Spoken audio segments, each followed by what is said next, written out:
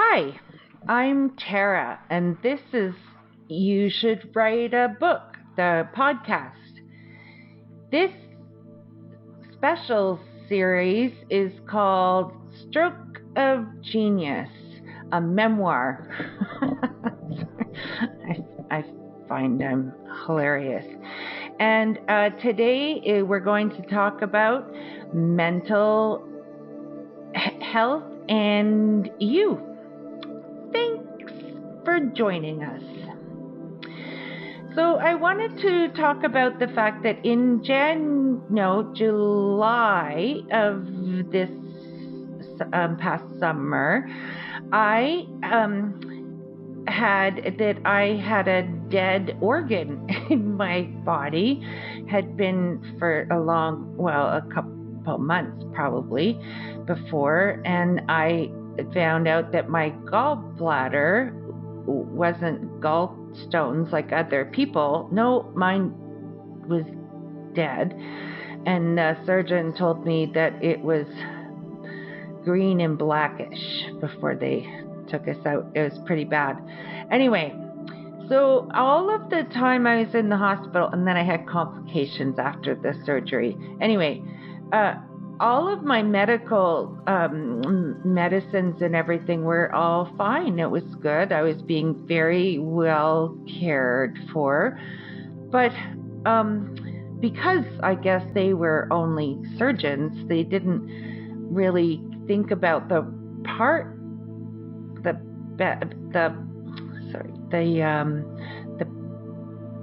other parts of me.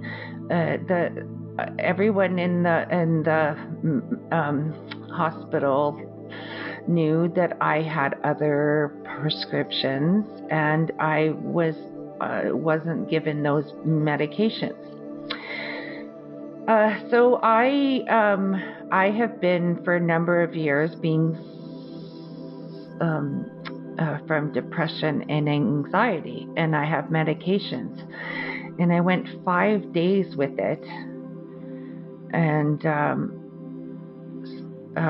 I was going through the withdrawal symptoms of it, and it was terrifying.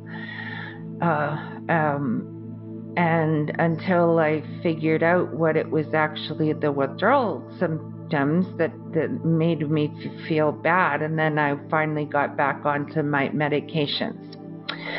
So this in stroke, when I had my stroke on November 8th, it was only 1 day without it and go with the medications, because I was like crazy. You have to give me my back medications. And I was grateful for that, because it's really important to me to keep my mental health good for me, especially when I have something like going, I don't know, a stroke. So anyway, so I was very good. I got my medications, but I also knew that I would be needing counseling. I know me really well. I am a counselor in that I have all of the qualifications, but I don't have a college, so I don't have a license. But every therapist should have therapy. So I knew that I needed to have therapy. And I kept asking for someone to come over and talk to me, and I wasn't getting those things. And I didn't get help from psychological help until like I had one appointment before I got voted off the island. Discharged from the hospital. Okay, so a lot of people know that strokes can have an effect about the emotions. And I know my dad is in the late 90s. He had a stroke. And my dad he's a good man, but he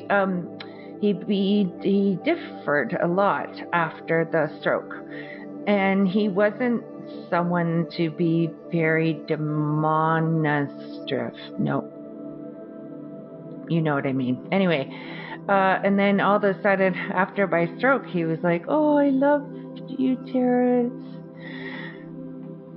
That's weird. It was lovely. He hugged me a lot, which is great. I'd never seen that part of my dad. And he was also weepy. So I knew that it was from the stroke. Now, for me, I've always been an emotional person. Even when I was working as an executive, in the kind of work that I did, I thought of myself as someone who was there's a book called Leading with a Limp. And that was a way that I could remember that I'm an authentic person. And when I was having a hard time, I would say, it's difficult for me, whatever.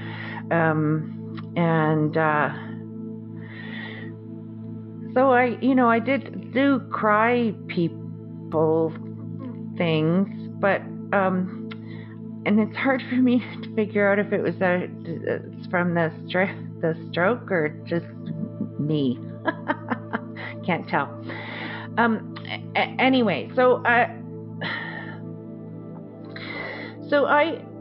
knew that I had to go through a grief loss. I knew that I was sorry, hang on. That I was leaving something. There was part of me that has changed, and I was grieving them. I was the things, my language and my ability to drive, and there's a bunch of things. So I knew all of those were impacting me, and I needed to get help through those things. And then, but I want to talk to other patients who have aphasia or have gone through a stroke. Here's my point.